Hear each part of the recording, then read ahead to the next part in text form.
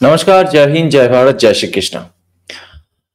পশ্চিমবঙ্গে এসআইআর হওয়ার দিন যত ঘনিয়ে আসছে, যত ইলেকশন কমিশন অফ ইন্ডিয়া চেষ্টা করছে যে এই অগস্টের মধ্যেই শুরু করার, তত কিন্তু মমতা ব্যানার্জির গলা শুকিয়ে যাচ্ছে এবং সেই শুকনো গলাতেই উনি থ্রেট মারতে শুরু করেছেন নিজের চিরাচরিত স্বভাব নিয়ে।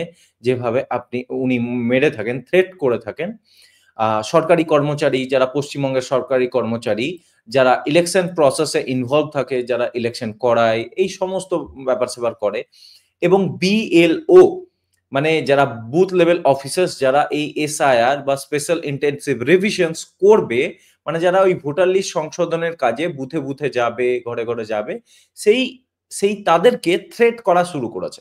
ঠিক আছে? তো উনি কি বলছে শুনুন। এই যে পশ্চিমবাংলা থেকে প্রায় 1000 লোককে নিয়ে গেছে ট্রেনিং করবার জন্য দিল্লিতে, আমি জানতামই না। এটা ডিএম দের উচিত ছিল অ্যাটলিস্ট আমাদের ইনফর্ম করো, আমাকে না করুক সিএস কে ইনফর্ম করো।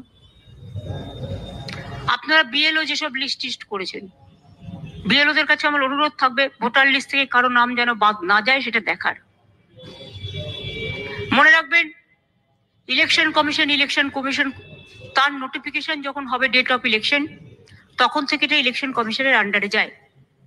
তার আগে স্টেট গভর্নমেন্ট, আবার ইলেকশনের পরেও স্টেট গভর্নমেন্ট। সুতরাং এটা মনে রাখবেন, আপনারা চাকরি করেন স্টেট গভর্নমেন্টের, কোনো মানুষকে অযথা হ্যারাস করবেন না।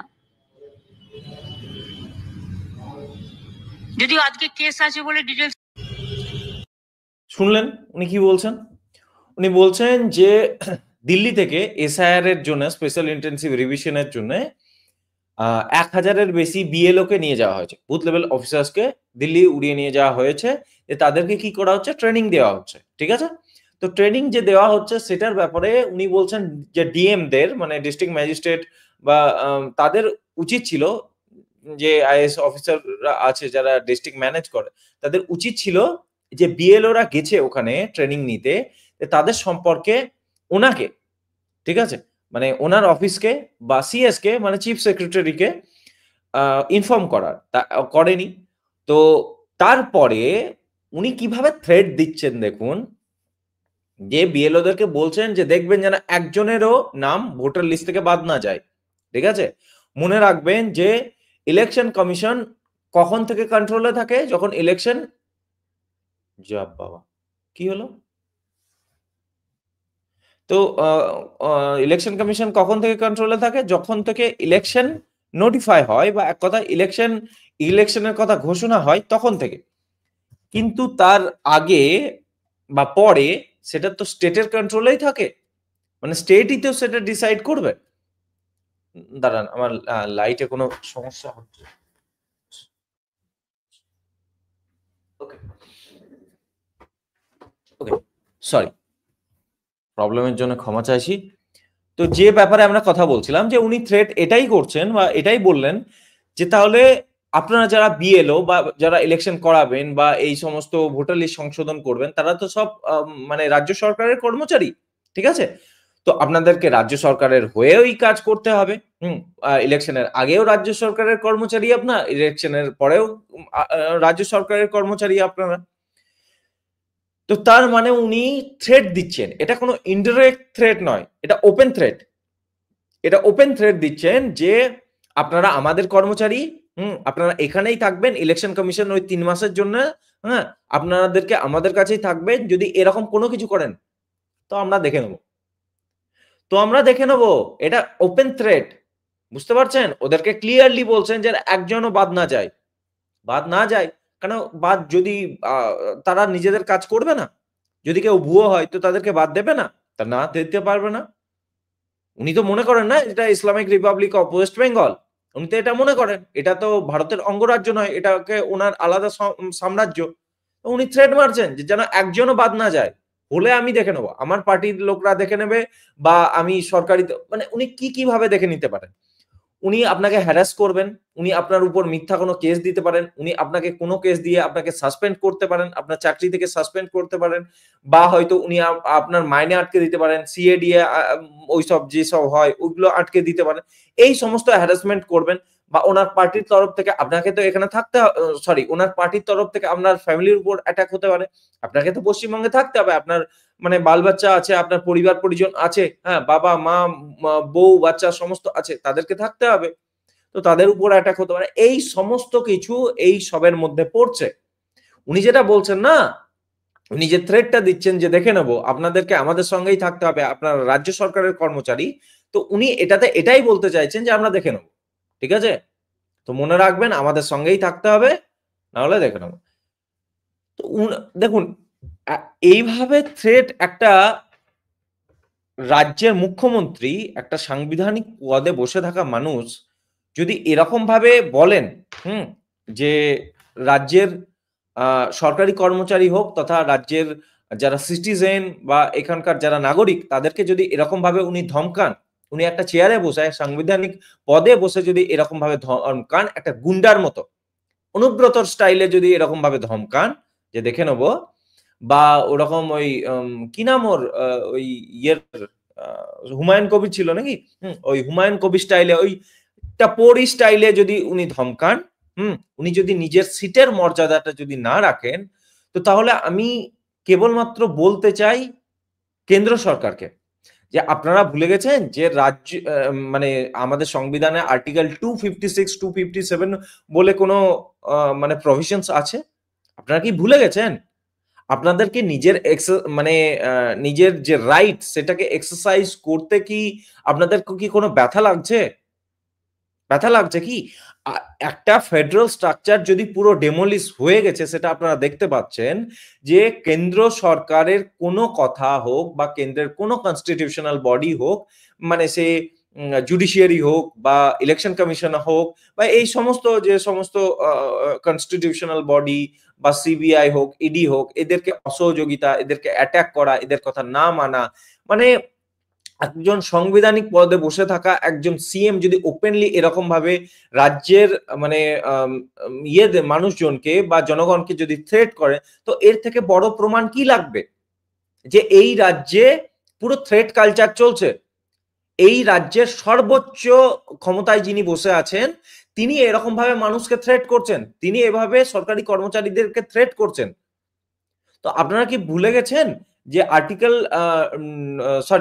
256 257 বলে সংবিধানে কোনো মানে ধারা আছে, কোনো প্রভিশনস আছে, সেটা কি ভুলে গেছেন?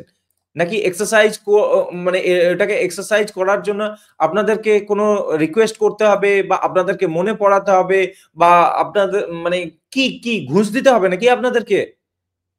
কি দিতে হবে? পশ্চিমবঙ্গের যে কাটমানি চলে, তো আমাদেরকে কি সেরকম কাটমানি দিতে হবে যে এই ইয়েগুলোকে এক্সারসাইজ করার জন্য, আর্টিকেল 256 আর্টিকেল 257 কে এক্সারসাইজ করার জন্য?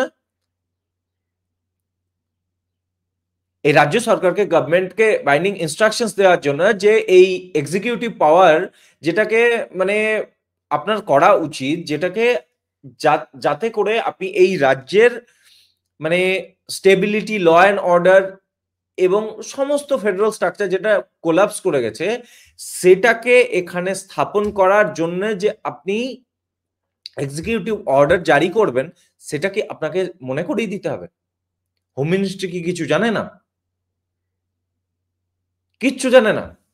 যাই হোক, এবং শুধুমাত্র তাই নয়, ইলেকশন কমিশন অফ ইন্ডিয়াও সেটা বলতে পারে, কেন্দ্র সরকারের কাছে এটা জানাতে পারে, বা কেন্দ্র সরকার ছাড়াও যে ইলেকশন কমিশন অফ ইন্ডিয়াকে এটা জানাতে পারেন যে ওপেনলি থ্রেট করা হচ্ছে। আমাদের কর্মী যারা এখানে ইলেকশন করাবে, তাদেরকে ওপেনলি থ্রেট করছে রাজ্যের মুখ্যমন্ত্রী, যে তোমরা যদি করো তো তোমাদেরকে দেখে নেবো, এরকম ভাষাতে থ্রেট করছে তো উনি। তাহলে সেটা তো বলতে হবে। আমি জানি না এটার উপর মানে রাজ্যের যে CEO, chief electoral officer Manoj Agarwal, উনি কি স্টেপ নেবেন, দেখা যাক, এখনো অব্দি কিছু ইয়ে আসেনি।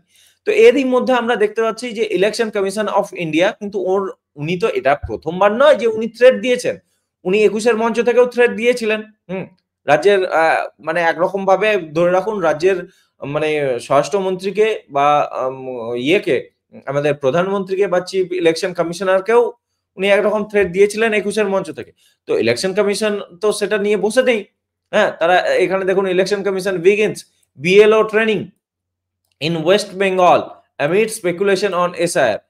মানে ইলেকশন কমিশন কিন্তু বিএলও বুথ লেভেল অফিসারদের যে ট্রেনিং সেটা কিন্তু শুরু করে দিয়েছে, ঠিক আছে। বিহারের মতো বঙ্গেও এসআইআর করার পথে নির্বাচন কমিশন প্রশিক্ষণের নির্দেশিকা কিন্তু সেরকমই বলছে, ঠিক আছে। তো আমরা শুধুমাত্র এটা দেখিনি, আমরা দেখেছি যে উনি ওরকম হুমকি দেওয়ার পরও ইলেকশন কমিশন অফ ইন্ডিয়া বা এটা জানিয়েছে যে এখানকার যে চিফ ইলেকটোরাল অফিসার বা সিইও পশ্চিমবঙ্গের যে নির্বাচন কমিশনার তার মানে ঠিক তার অফিস যে শুধু আলাদা করতে হবে, তার বাজেট আলাদা করতে হবে, শুধু তাই নয় তার ঠিকানাও বদলাতে হবে। মানে সিইওর আলাদা দপ্তর দিতে হবে, মানে চিফ ইলেকটোরাল অফিসার মুখ্য নির্বাচন কমিশনারের আলাদা অফিস দিতে হবে। এখন যেটা পশ্চিমবঙ্গের গৃহ মন্ত্রকের আন্ডারে আছে বা হোম সেক্রেটারির মানে কথাতেই মোটামুটি চলে, সরি, তো সেখান থেকে বের করতে হবে। তো সেটা নির্দেশ কিন্তু দিয়ে দেওয়া হয়েছে ইলেকশন কমিশন অফ ইন্ডিয়ার তরফ থেকে। এবার এরই মধ্যে আমরা আরো একটা জিনিস দেখতে পেলাম, এটা তো আগেই দিয়েছিলেন যে ইলেকশন কমিশন রাজ্যের যে চিফ সেক্রেটারি ছিল তো তাকে আলাদাভাবে ইলেকশন কমিশনের জন্য এই পুরো দপ্তর আলাদা করার ইয়ে দিয়েছিল যাতে পশ্চিমবঙ্গ সরকারের অধীনস্থ হয়ে নির্বাচন কমিশনকে পশ্চিমবঙ্গে কাজ করতে না হয়, সেটার নির্দেশ দিয়েই দিয়েছিল।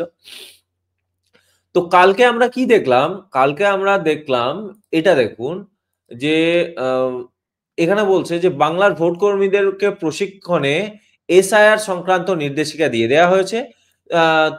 করতে হবে ম্যাপ, তৈরি আছে অ্যাপ, কোমর বেঁধে নামছে প্রশাসন, ঠিক আছে। তো ম্যাপিং করার জন্য ওদের যে নাকি আলাদা ডেডিকেটেড অ্যাপও বানিয়ে নিয়েছে ইলেকশন কমিশন, কোমর বেঁধে নামছে কমিশন। তো এটা আজকেরই খবর, 29শে জুলাই। দেখুন এটার এই সবকিছু আসছে মমতা ব্যানার্জির থ্রেটের পরেও। এখান থেকে আমরা দেখতে পাচ্ছি একটা জিনিস যে মমতা ব্যানার্জি যতই থ্রেট দেখ, ইলেকশন কমিশনার অফ ইন্ডিয়া এটা নিয়ে কিন্তু খুব সিরিয়াস যে পশ্চিমবঙ্গে করাতেই হবে, উনি যাই বলবেন বলুন, ওই সব কথা মানবে না। এবার ইলেকশন কমিশন কিন্তু কালকে 2002 সালের ভোটার তালিকা প্রকাশ করতে শুরু করে দিয়েছে। এটা দেখুন chief electoral officer of West বেঙ্গলের ওয়েবসাইট। তো এখানে লেটেস্ট নিউজে আপনি যদি খোলেন তো লেটেস্ট নিউজে দেখুন electoral roll of SIR in 2002, 2002 সালে যে ইলেকট্রাল রোলের যে এসআইআর হয়েছিল সেটার লিস্ট কিন্তু এখানে যদি আমরা ক্লিক করি সেটার লিস্ট কিন্তু বেরোতে শুরু করছে, ঠিক আছে। দেখুন কোচবিহার, জলপাইগুড়ি, দার্জিলিং, উত্তর দিনাজপুর, দক্ষিণ দিনাজপুর, মালদা, নদিয়া, হাওড়া, হুগলি, মেদিনীপুর, বাঁকুড়া এই সমস্ত জেলার অলরেডি বেরিয়ে গেছে এবং এই মাসের 31 তারিখ অবধি, জুলাই 31 তারিখ অবধি পুরো লিস্ট বের করে দেওয়া হবে পশ্চিমবঙ্গে, ঠিক আছে। তো আপনি এর মধ্যে ঢুকতে পারেন, আপনার যেটাই জেলা, ধরুন আমি কথাই বলছি আমি হাওড়াতে ঢুকলাম, তো আপনি এখান থেকে দেখে নেবেন যে আপনার কনস্টিটিউয়েন্সি কোন কনস্টিটিউয়েন্সি খুলে নিলেন, তারপর এখান থেকে আপনার কোন বুথের আন্ডারে পড়ছেন, আপনি কোন বুথে মানে আপনার বুথ নাম্বার কত বা আপনি আপনার সেই বুথ এখানে নাম এখানে দেখতে পেয়ে যাবেন। তো সেখান থেকে আপনি ঢুকে যাবেন, ঠিক আছে। তো সেখান থেকে যদি আপনি ঢুকে যান তো তাহলে আপনার বাবা মায়ের যে ডকুমেন্টস বা ভোটার লিস্টের নাম ওখানে যে পাবেন তার এমিউনারেশন ফর্ম যা থাকবে সেখান থেকে আপনার তো ইয়ে মানে যদি থাকে মানে সেখানে যদি আপনার বাবা মায়ের নাম থাকে তো তাহলে আর সেরকম ভাবে কোনো ডকুমেন্টস এর প্রয়োজন পড়বে না। তো প্যারেন্টস এর নাম চেক করার ব্যাপারটা থেকেই যাচ্ছে যে ওখানে কেবল আপনাকে দেখে নিতে হবে যে 2002 এ যে ইয়ে ছিল তখন তো আশা করি আমার বয়সী যারা ছেলে তাদের তো নাম ওঠেনি।